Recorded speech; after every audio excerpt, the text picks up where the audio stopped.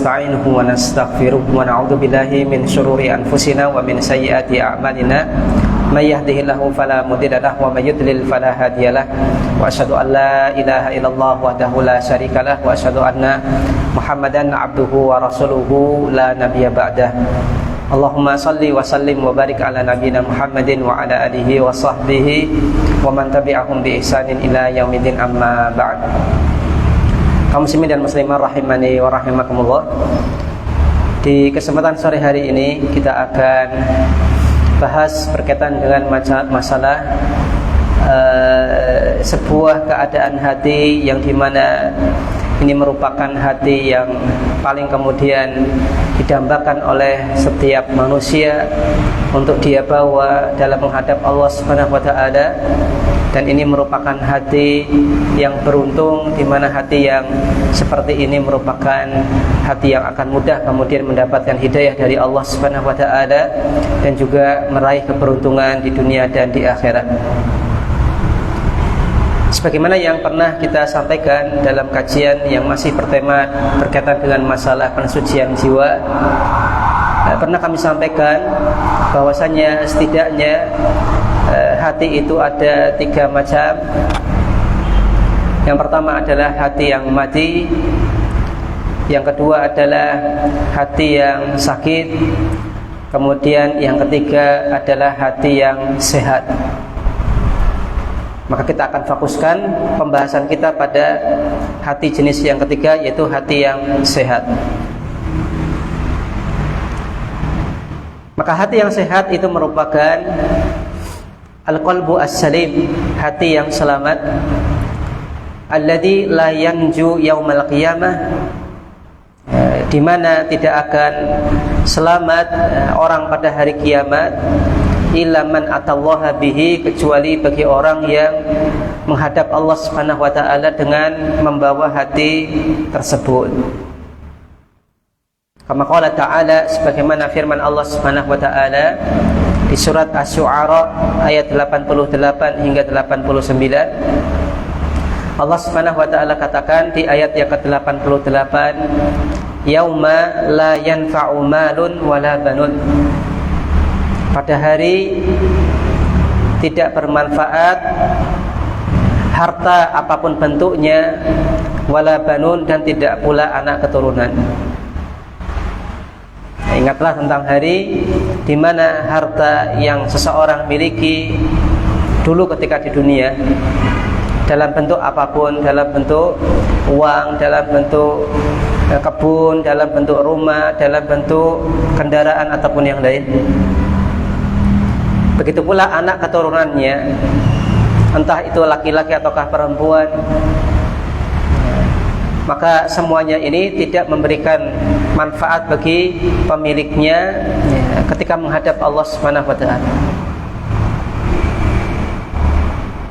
Kemudian di ayat yang ke-89 Allah Subhanahu wa taala sampaikan, illa man atallaha biqalbin salim, kecuali bagi orang yang dia menghadap Allah Subhanahu wa taala dengan membawa hati yang salim, hati yang selamat.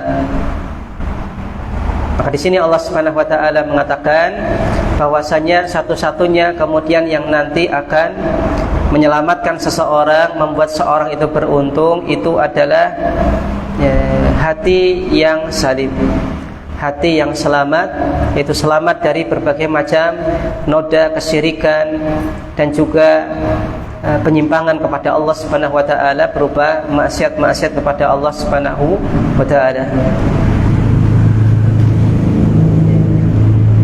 Maka Allah Subhanahu wa taala sampaikan, inilah hati yang kemudian akan mendapatkan keberuntungan ketika dia menghadap Allah Subhanahu wa taala.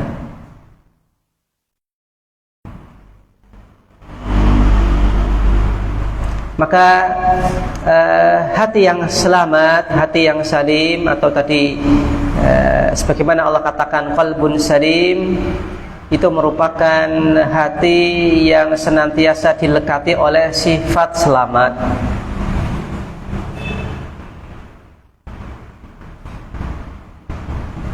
Apa yang dimaksud dengan hati yang senantiasa dilekati sifat selamat? Maka para ulama ini berbeda-beda dalam menjelaskan hal ini. Namun setidaknya ada penjelasan yang cukup lengkap dalam masalah ini, berkaitan dengan masalah hati yang selamat, yaitu sebagian ulama mendefinisikan bahwasanya hati yang selamat itu adalah alladzi, hati yang qad salima, selamat, min kulli syahwatin, dari segala bentuk syahwat, yukhalifu amrallah wa nahyahu, yang bertentangan dengan perintah Allah dan larangannya.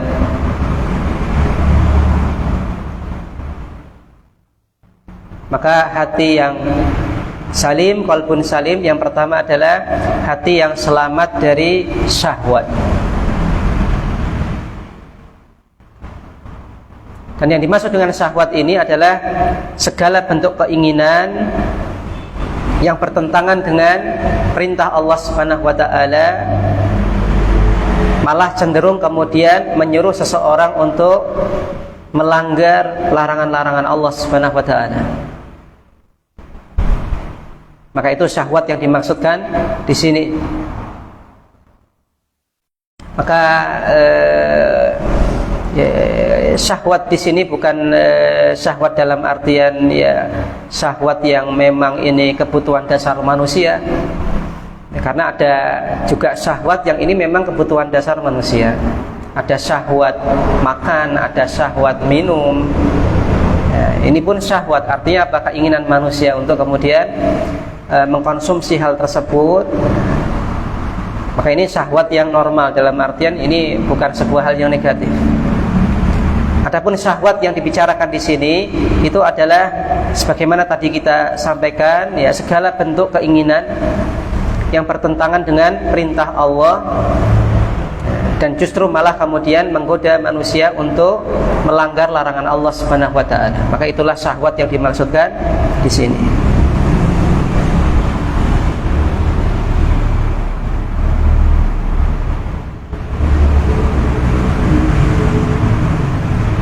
Maka qalbun salim itu adalah hati yang amat sangat mudah untuk kemudian menerima perintah-perintah Allah Subhanahu wa taala, kemudian melaksanakannya. Dan juga hati yang begitu jauh dari maksiat kepada Allah Subhanahu wa taala, sehingga dia mudah untuk kemudian meninggalkan berbagai macam larangan-larangan Allah Subhanahu wa taala dan menjauhinya.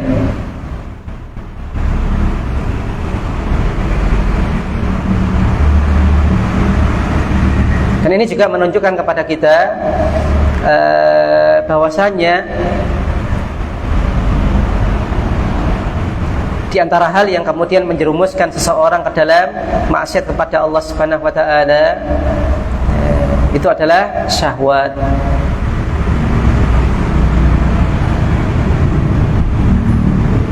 Maka dengan syahwat ini itu bisa kemudian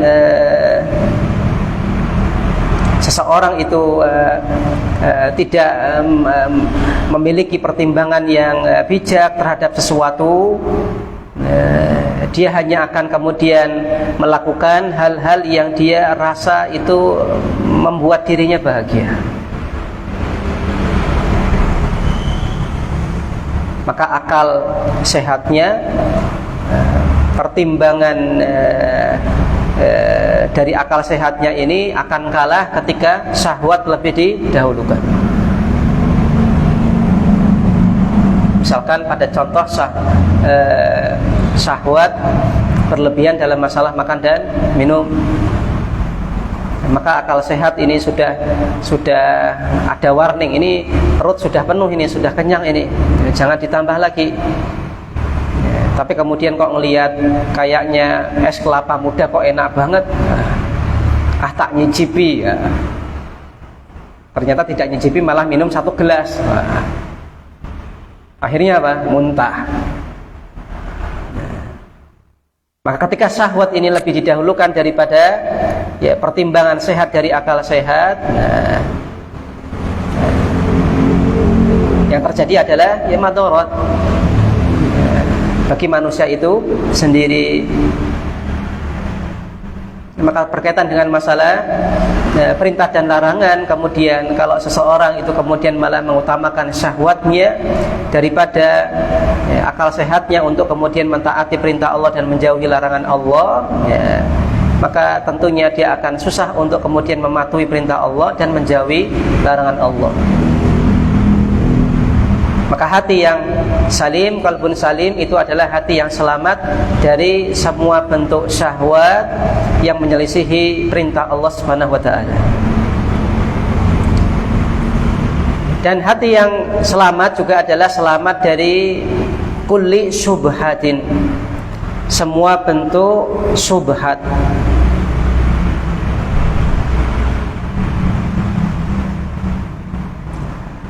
Berbagai macam kerancuan berpikir dalam agama, kesalahpahaman dalam agama.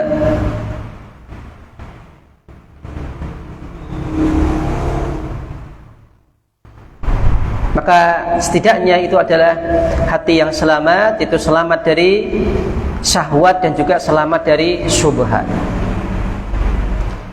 Fasalima min ubudiyati ma siwahu, sehingga hati yang selamat ini adalah selamat dari peribadahan dari segala sesuatu selain Allah.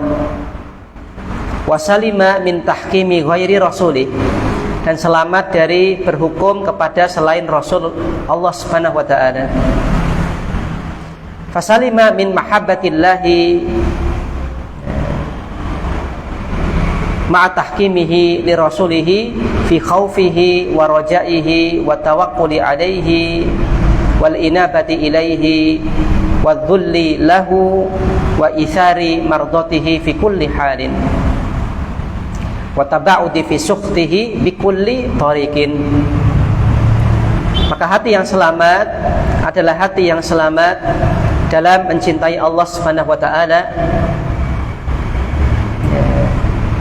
sekaligus dia pun menjadikan Rasulnya Sallallahu Alaihi Wasallam sebagai hakim penentu keputusan dalam masalah rasa takutnya dan juga harapnya, kemudian bertawakal kepada Allah Subhanahu wa ta'ala, bertaubat kepada Allah Subhanahu wa ta'ala, tunduk kepada Allah Subhanahu wa ta'ala, dan juga lebih mengutamakan keridhaan Allah Subhanahu wa ta'ala dalam setiap keadaan. Wataba'udi, dan dia adalah hati yang senantiasa menjauhi segala sesuatu yang Allah Subhanahu wa ta'ala murkai, dengan apapun caranya, atau dengan berbagai macam cara. Wa hadha huwa haqiqatul ubudiyati allati la tasluhu illa lillahi wahda.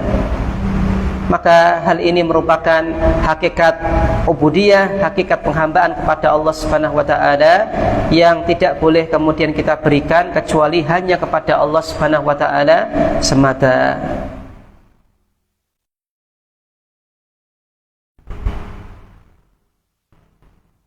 Ya, maka dengan hati yang selamat ini adalah hati yang selamat dari syahwat dan syubhat, ya, maka efeknya adalah tadi selamat dari peribadahan kepada selain Allah, ya, kemudian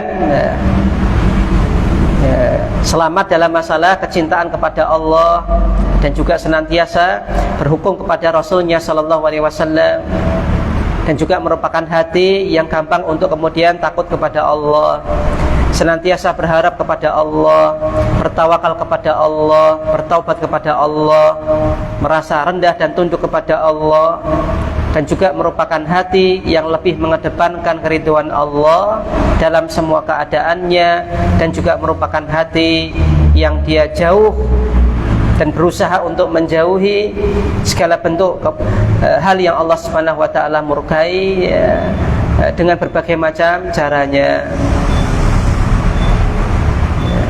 Maka Maka ini adalah efek ataupun dampak ketika hati yang selamat, qalbun salim ini bersih dari syahwat dan syubhat.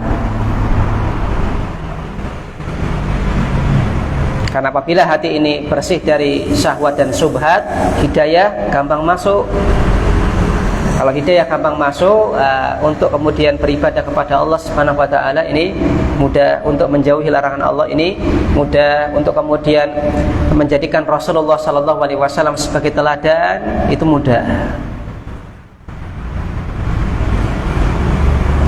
Fal qalbus salim, maka hati yang selamat, huwallazi salima min an yakuna li ghairillahi fihi syirkun biwajhin ma.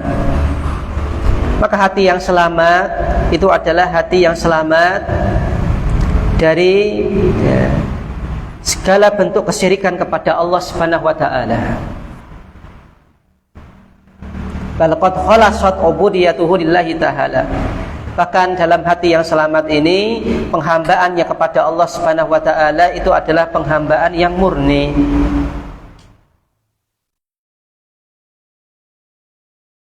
Baik dalam masalah niat, penghambaan kepada Allah dalam bentuk apa? Niat. Niat dalam beribadah. Wa mahabbatan, dalam masalah kecintaan. Maka kecintaannya itu adalah kecintaan yang murni kepada Allah Subhanahu wa taala. Wa tawakkulan, dalam masalah tawakal. Wa inabatan, dalam masalah taubat. Wa khasyatan wa rajaan, dalam masalah harap dan takutnya. Maka amalan-amalan hati tersebut kemudian dia murnikan hanya untuk Allah Subhanahu wa taala. Wa khalusu amaluhu lillahi, dan juga amalan badannya itu merupakan amalan badan yang murni ditujukan kepada Allah Subhanahu wa taala. Fa in ahabba fillah, apabila dia mencintai maka dia akan mencintai karena Allah. Wa in abghada fillah, apabila dia membenci maka dia akan benci karena Allah. Wa in a'ta lillah, apabila dia memberi maka dia akan memberi karena Allah. Wa in mana'a lillah, apabila dia tidak memberi maka tidak memberinya ini pun karena Allah Subhanahu wa taala.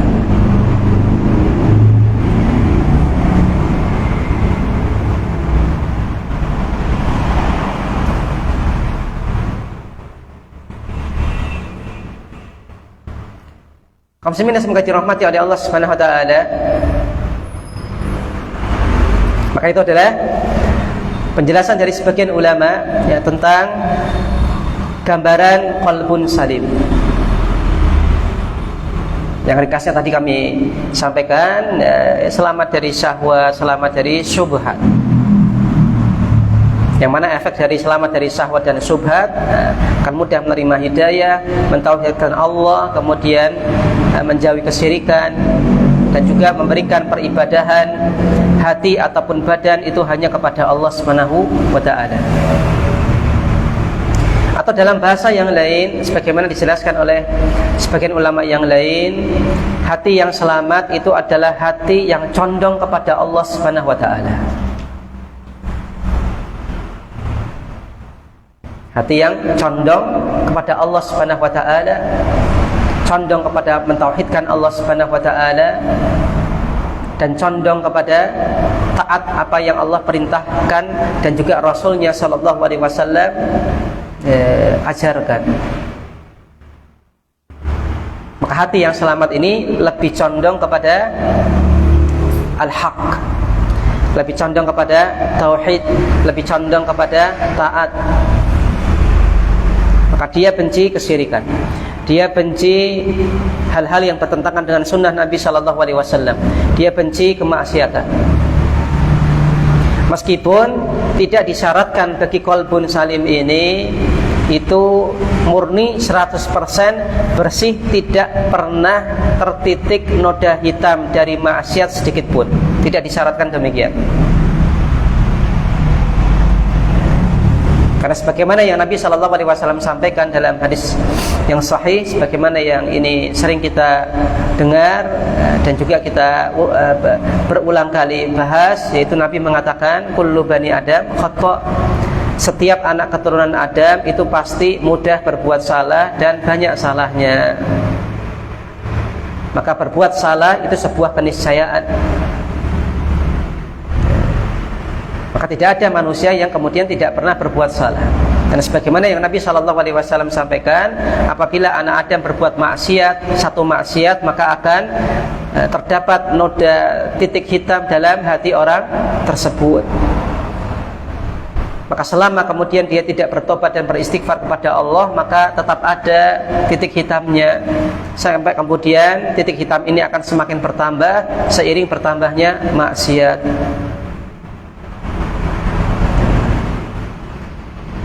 Maka ini menunjukkan kepada kita bahwasanya yang dimaksud dengan qalbun salim itu bukan artinya hati ini murni dari berbagai macam noda maksiat. Enggak pernah ada maksiatnya, tidak. Tentunya yang namanya manusia itu pernah berbuat salah, berbuat maksiat. Pernah kemudian hati ini tertitik dengan noda hitam, atau bahkan ada kalanya ketika iman menurun, noda hitamnya banyak. Kemudian setelah imannya naik, kemudian dia bersihkan hatinya dengan bertobat dan beristighfar kepada Allah Subhanahu wa ta'ala. Tapi hati yang selamat ini pasti merupakan hati yang bersih dari kesyirikan. Maka hati yang selamat itu adalah hati yang bersih dari kesyirikan, meskipun tidak disyaratkan untuk bersih dari kemaksiatan-kemaksiatan. Mungkin ada maksiat dan yang lainnya yang mengotori hatinya, namun tetap dia lebih condong kepada kebenaran, lebih condong kepada tauhid, lebih condong kepada taat kepada Allah Subhanahu wa ta'ala, meskipun mungkin dalam hatinya itu ada noda hitamnya. Maka sepanjang orang ini memiliki hati yang salim, qalbun salim ini, maka dia akan mudah untuk kemudian melek terhadap kebenaran. Dia akan mudah mengenali kebenaran dan juga akan mudah menerima kebenaran. Dan dengan seseorang memiliki hati yang salim ini, dia akan mudah bertobat kepada Allah Subhanahu wa ta'ala ketika bermaksiat kepada Allah Subhanahu wa ta'ala. Berbeda dengan hati yang sakit.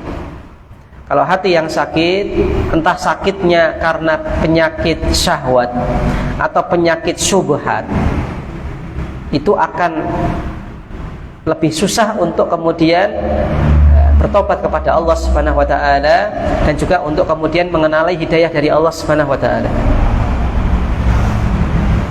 Maka orang yang kemudian hatinya sakit oleh syahwat, maka baginya untuk taat kepada Allah itu berat. Karena ketaatan kepada Allah Subhanahu wa ta'ala itu lebih sering bertentangan dengan syahwat manusia. Mau sholat tapi masih ngantuk, tidur dulu. Maka apabila seseorang mengutamakan syahwatnya, terkena penyakit syahwat, maka dia akan susah untuk kemudian melaksanakan perintah Allah Subhanahu wa ta'ala. Dan apabila seseorang terkena penyakit syubhat, maka orang akan susah untuk kemudian mengenal hidayah yang hak dari sisi Allah Subhanahu wa ta'ala. Dia mengira hidayah itu adalah kebatilan, sedangkan kebatilan itu adalah hidayah. Dan orang yang seperti ini itu juga akan lebih sulit bertobat kepada Allah Subhanahu wa ta'ala, karena yang menurutnya benar itu salah, yang menurutnya salah itu benar. Maka beruntunglah orang yang kemudian memiliki qalbun salim, memiliki hati yang salim, sebagaimana yang dikatakan oleh Allah Subhanahu wa ta'ala, illa man atallaha biqalbin salim, kecuali bagi hamba Allah yang dia datang menghadap Allah Subhanahu wa ta'ala dengan membawa hati yang selamat. Itu bersih dari kesyirikan, bersih dari berbagai macam kebid'ahan, dan juga dia senantiasa condong kepada Allah, taat kepada Allah Subhanahu wa ta'ala, meskipun mungkin dalam hatinya pernah ada noda dosanya, ataupun mungkin masih ada mungkin kotoran dosa yang menempel pada dirinya, namun sepanjang dia adalah hati yang condong kepada Allah, taat kepada Allah, maka boleh jadi Allah Subhanahu wa taala ampuni dosa-dosa hamba tersebut. Karena hatinya bersih dari kesyirikan.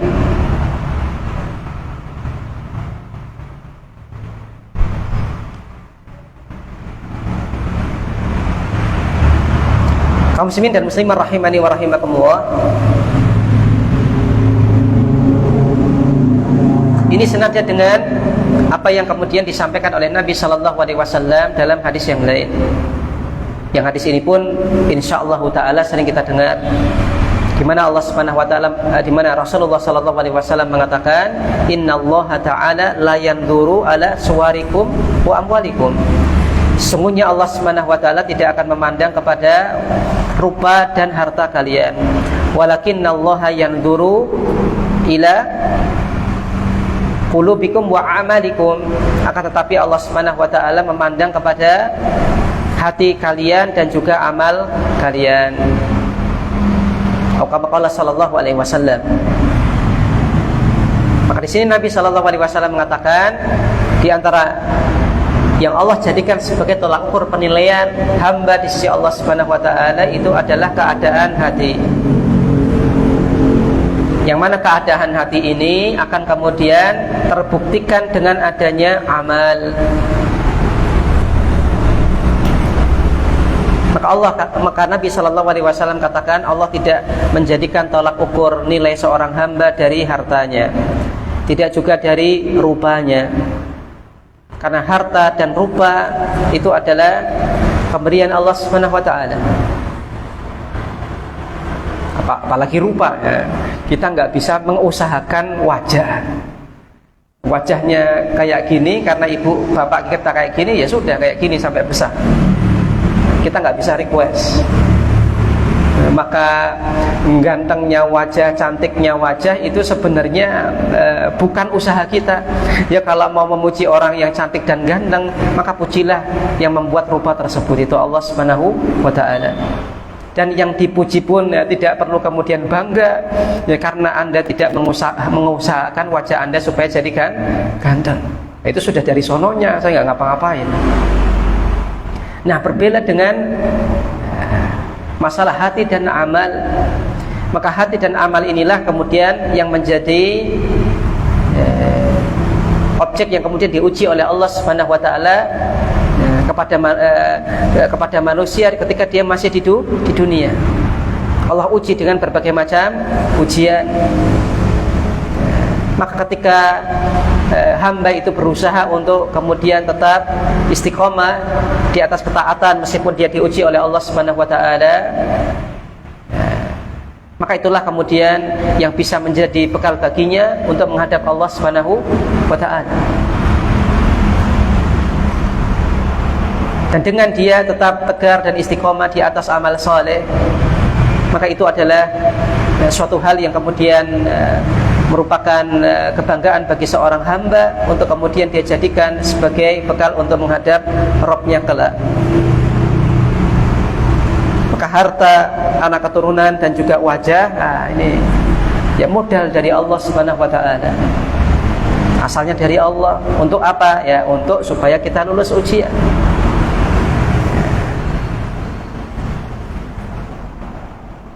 Kaum muslimin yang semoga dirahmati oleh Allah Subhanahu wa taala. Maka qalbun yang salim ini merupakan sebuah hati yang kemudian sangat amat kemudian kita dambakan untuk memilikinya. Dan apabila kita rasakan bahwasanya hati kita adalah hati yang salim, dalam artian masih kemudian cenderung kepada taat kepada Allah Subhanahu wa taala, kemudian mentauhidkan Allah Subhanahu wa taala, mengutamakan keridhaan Allah daripada selain Allah Subhanahu wa taala, maka hendaknya banyak-banyak memuji Allah Subhanahu wa taala dan bersyukur kepada Allah Subhanahu wa taala, dan Anda berkewajiban untuk kemudian menjaganya supaya nanti kemudian Anda menghadap Allah dalam membawa hati yang salim tersebut. Namun ketika Anda rasakan bahwasanya hati Anda kok merasa sesak, mengamalkan ibadah itu susah. Sering khusyuk dalam sholat Anda kepada Allah Subhanahu wa ta'ala, susah untuk kemudian menambah amal Anda, dan susah untuk kemudian berzikir kepada Allah Subhanahu wa ta'ala, maka hendaknya banyak-banyak beristighfar dan bertobat kepada Allah Subhanahu wa ta'ala, karena boleh jadi mungkin hati Anda sedang mengalami hati yang sakit. Entah sakit karena syahwat, entah sakit karena syubhat. Semoga Allah Subhanahu wa ta'ala selamatkan hati kita semuanya dari berbagai macam noda dan penyakit, dan semoga Allah Subhanahu wa ta'ala jadikan hati kita menjadi qalbun salim ketika menghadap Allah Subhanahu wa ta'ala kelak. Amin. Demikian yang bisa kami sampaikan. Wassallallahu ala nabiyina Muhammad wa ala alihi wa sahbihi wasallam. Subhanakallahumma wa bihamdik asyhadu an la ilaha illa anta astaghfiruka wa atubu ilaik.